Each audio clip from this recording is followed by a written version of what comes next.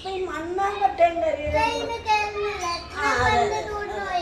അപ്പൊ ഈ മണ്ണാങ്കട്ടയും കരിയിലയും കൂടെ ഒരു സ്പൂണും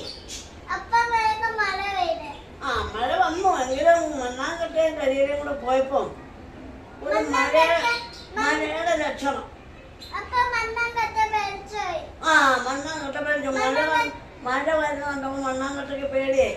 അപ്പൊ കരിയില എന്ന് പറഞ്ഞ് പേടിക്കണ്ട, ഞാനുണ്ട് കൂടെ അല്ലേ? അപ്പൊ മണ്ണാങ്കട്ട പിന്നെ അരുന്ന് പോകാതിരിക്കാൻ വേണ്ടി കരിയില മേലെ കയറി ഇങ്ങനെ കൊടമാതിരി നിന്നു അല്ലേ? അപ്പൊ മണ്ണാങ്കട്ട അരുന്ന് പോയാ ഇല്ല. അപ്പൊ പിന്നീട് ഇങ്ങനെ വീണ്ടും സന്തോഷിച്ച് മുന്നോട്ട് പോയപ്പം കാറ്റ് വന്നു. കാറ്റ് വന്നപ്പം അപ്പൊ കരിയിലേക്ക് പേടിയായി. കരിയിലേക്ക് പേടി വരാൻ കാര്യം എന്തോ? കാറ്റ് വന്നാൽ പറന്നു പോകത്തില്ലേ? അപ്പൊ മണ്ണാങ്കട്ട പറഞ്ഞു പേടിക്കണ്ട, ഞാൻ നിനക്ക് കൂടെ ഉണ്ടെന്ന് പറഞ്ഞു. അപ്പൊ കാറ്റ് വന്നൊന്നെ മണ്ണാങ്കട്ട വേഗം കരിയിലകൾ മേലേക്ക് കയറിയിരുന്നു. അപ്പൊ കരിയില പറന്നു പോയാ ഇല്ല. അപ്പൊ മണ്ണാങ്കട്ടയ്ക്ക് കരിയില ടി വി കാണുമ്പോ പറഞ്ഞു. അപ്പൊ മണ്ണാങ്കട്ടയ്ക്ക് കരിയിലയും കൂട്ടായി, കരിയിലേക്ക് മണ്ണാങ്കട്ടയും കൂട്ടായി.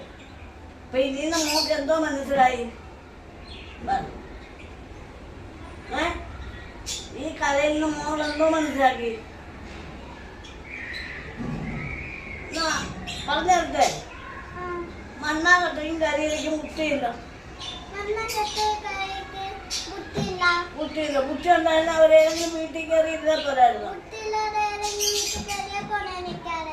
അതെ, ഏതെങ്കിലും വീട്ടിൽ കയറി ഇരുന്നെങ്കിൽ കരിയില പറന്നും പോകത്തില്ലായിരുന്നു, മണ്ണാങ്കട്ട അരുന്നും പോകത്തില്ലായിരുന്നു. അപ്പൊ കുട്ടി ഉണ്ടായിരുന്നു അല്ലേ? അപ്പൊ കഥ മാറി, അപ്പൊ കാലം മാറി, കഥയും മാറി ഇല്ലേ?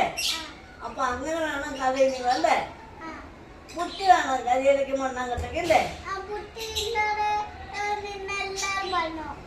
കുട്ടി എല്ലാവർക്കും പോയി. അപ്പൊ മോടെ കഥ ഇഷ്ടപ്പെട്ടില്ല അല്ലേ?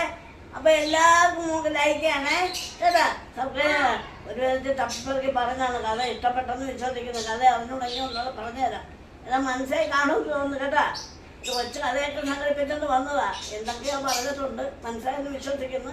ശരി, അപ്പോൾ ലൈക്ക് ചെയ്യണം, സബ്സ്ക്രൈബ് ചെയ്യണം. പറ, നമുക്ക് ഒരുപാട് പേര് പറഞ്ഞോ, അവർക്ക് പറഞ്ഞു.